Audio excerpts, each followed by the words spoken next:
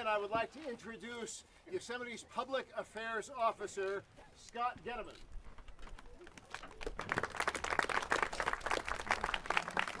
Thank you, Les, and good evening, everyone. And I'd like to welcome everyone to this very special evening, a very special centennial event, a historic occasion here at Glacier Point, and we're in for a real treat.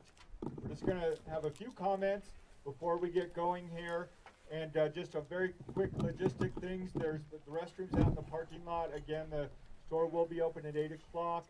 We're going to have a few comments, and then there will be the first part of the performance, and then there will be a short intermission, and then the second half. So we thank everybody for coming out tonight. It's a beautiful evening, and without further ado, it's my honor and privilege to introduce the Superintendent of Yosemite National Park, Mr. Don Neubacher.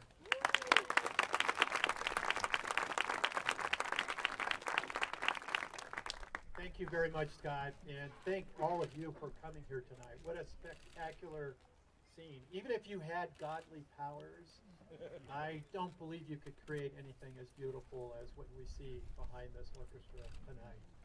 So again, my sincere appreciation to the Mariposa Symphony Orchestra and to Les Marsden, who's been a Yosemite ambassador this year for the centennial year. And this might be a once-in-a-lifetime event.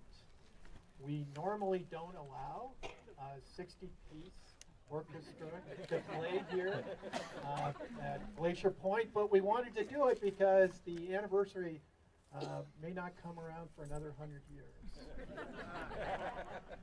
So we loved this event, and I really couldn't wait for it to happen because I knew it wasn't going to rain.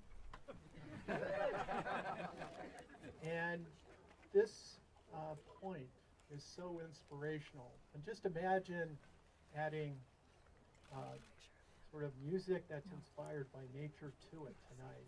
So I think we're in for a real treat. So again, I want to thank all of you for coming tonight and playing, and it's really an honor to have a symphony here tonight. So thank you very much. And I'm going to turn it to Les, who's a master, and I just love this individual, and I really mean that. He's spectacular, and he's done great work helping us celebrate the centennial and all our anniversaries. Les, you're fantastic.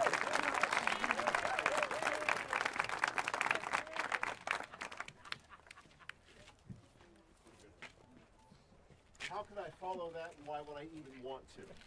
Thank you, Dawn. Thank you, Scott. We are honored truly to be here, all of us. You know, it is pretty impossible to compete in any way with this extraordinary view. This is why when Dawn kind of introduced the idea of a special concert for this event, the centennial of the National Park Service, a special location, he mentioned first, well, maybe the elementary school, maybe the base of Yosemite Falls, no, too wet, not enough room. And then he accidentally said, maybe Glacier Point. Well, that's all it took for me to dig my claws into my friend Dawn, and I never let go. And so I really want to thank Dawn and the entire Park Service for what they have done to make this concert happen tonight. This is, if you may have read, the seventh and final of our concerts of the tour of this piece, Our Nation's Nature, which is a series of 4 symphonic poems that I wrote to commemorate 4 very special anniversaries. And the most special one to me, at least, is that which we will officially be celebrating this Thursday, August 25th, and that is the 100th anniversary of the creation of the National Park Service. And, yeah. Now, I wrote extensive program notes, and if you think what you've been handed tonight is extensive, visit our website. Those are the really in-depth notes that I wrote on all of this music. What I'm going to do is introduce the first 2 pieces, give you a little bit of background, and then we will play those pieces. As Dawn mentioned, we'll have a short intermission, then we'll come back and have a few more words and then complete it. And the reason that you have to stay to the very end is because the final piece is the commemoration of the creation of Yosemite National Park in 1890, the piece that I wrote to commemorate the 125th anniversary of that date. But before we get there, the first half. The very first piece is Hope in a Time of Tragedy, and it commemorates the Yosemite Grant Act. In 1864, a few very forward-thinking individuals got together here, and they realized Yosemite Valley and the Mariposa Grove needed to be saved. There was already a lot of development going on. There were hotels, buildings being built in the valley. There was sheep grazing going on in Tuolumne Meadows. They realized we have got to do something to begin to preserve this land. It was a novel idea. It had never been done before. And so our California Senator, John Conness, for whom Mount Conness is named behind us, wrote a bill which he took to the United States Senate, saying quite simply that these two spots, the Mariposa Grove and Yosemite Valley, must be preserved for all time. That bill quickly passed through, and in June of 1864, Abraham Lincoln signed that bill into law.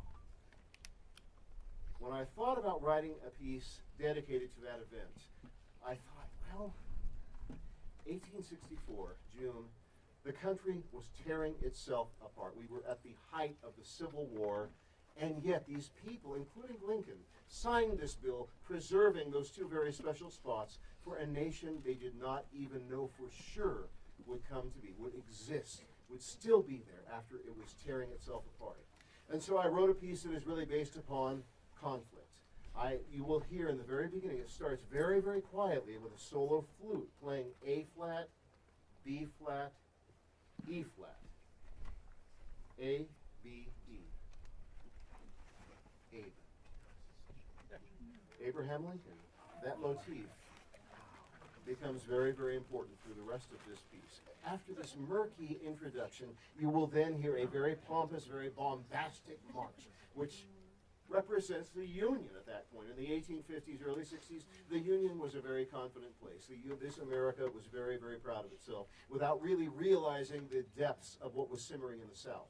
And from that very pompous march, which builds up to a very nice climax and then comes down, you will then hear a very beautiful, I hope, Southern antebellum tune representing the antebellum South, which may or may not have even existed, but I would like to think that the beautiful, genteel South that was soon going to find itself at odds, brother against brother, with the Union.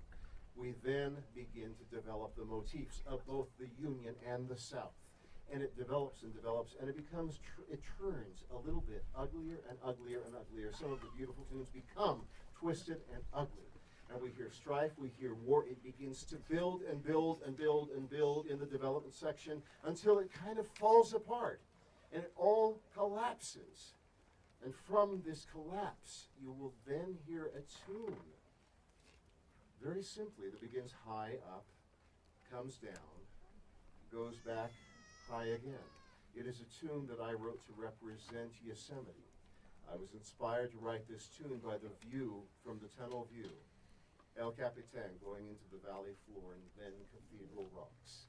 That is the way, if you look at the tune on the page, you see Inspiration Point view.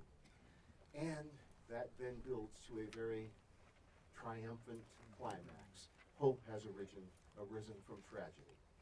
The second movement is a lot more abstract, and my description is also very short as well. When I thought about writing a tribute to the 50th anniversary of the 1964 Wilderness Act, I thought, well, how do you do that? So I decided that I would illustrate the four classical elements: earth, fire, air, water, and all of their permutations. It's a very abstract piece of music, and you will hear in it a still pond, raindrops plattering in that pond. You'll hear wind represented, and I should point out, a wind machine, which I actually built for this piece. And, tonight we may not even need it the way the wind has been picking up. But the irony was, while I was writing this movement, and I was writing and depicting fire in the form of a forest fire, my wife and son and I were actually evacuated from our home in Jerseydale because of the Karstens fire. And so for a few days while we were not in our home, I was still continuing to write fire while our house was threatened by fire. Something to always keep in the back of our mind. And you'll hear water, you'll hear waterfall streams. I want you to imagine all the things you're going to hear that represent those four classical elements. And that is all I'm going to say for now, fortunately for you. And we are now going to begin the first two movements of our nation's nature.